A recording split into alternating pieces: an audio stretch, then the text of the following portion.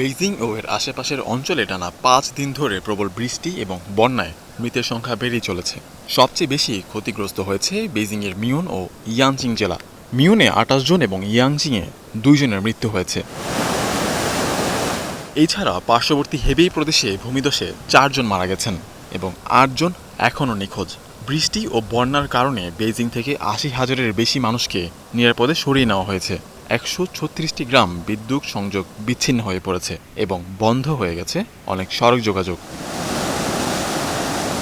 Muon জেলার সবচেয়ে বড় জলাধারে ১৯৬০ সালের পর সবচেয়ে বেশি পানি জমেছে, রেকর্ড ৭৩০ মিলিয়ন ঘনমিটার। কয়েকদিনের মধ্যে আবার বৃষ্টির পূর্বাভাস রয়েছে, তাই নদীগুলোর আশেপাশে থাকা মানুষদের সতর্ক থাকতে বলা হয়েছে। সোমবার রাতেই বেইজিংয়ে সর্বোচ্চ সতর্কতা জারি করা হয়। উদ্ধারকর্মীরা বন্যায় ক্ষতিগ্রস্তদের উদ্ধার করছে এবং খাবার ও অন্যান্য প্রয়োজনীয় উপকরণ পৌঁছে দিচ্ছে। চীনের প্রেসিডেন্ট শি জিনপিং উদ্ধারকর্মীদের সর্বোচ্চ তৎপরতা চালাতে বলেছেন। ২০২৩ সালেও বেইজিংয়ে ভয়াবহ বন্যা হয়েছিল, যাতে মারা যান ৩০ জনেরও বেশি।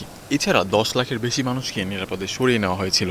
তখন অনেকে অভিযোগ করেন রাজধানী বেইজিং রক্ষায় নেওয়া পদক্ষেপ আশেপাশের অঞ্চলে ক্ষতি বাড়িয়ে দিয়েছে।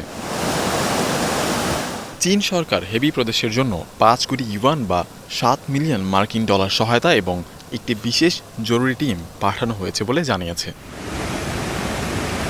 আহমেদ স্বাধীন, স্টার নিউজ।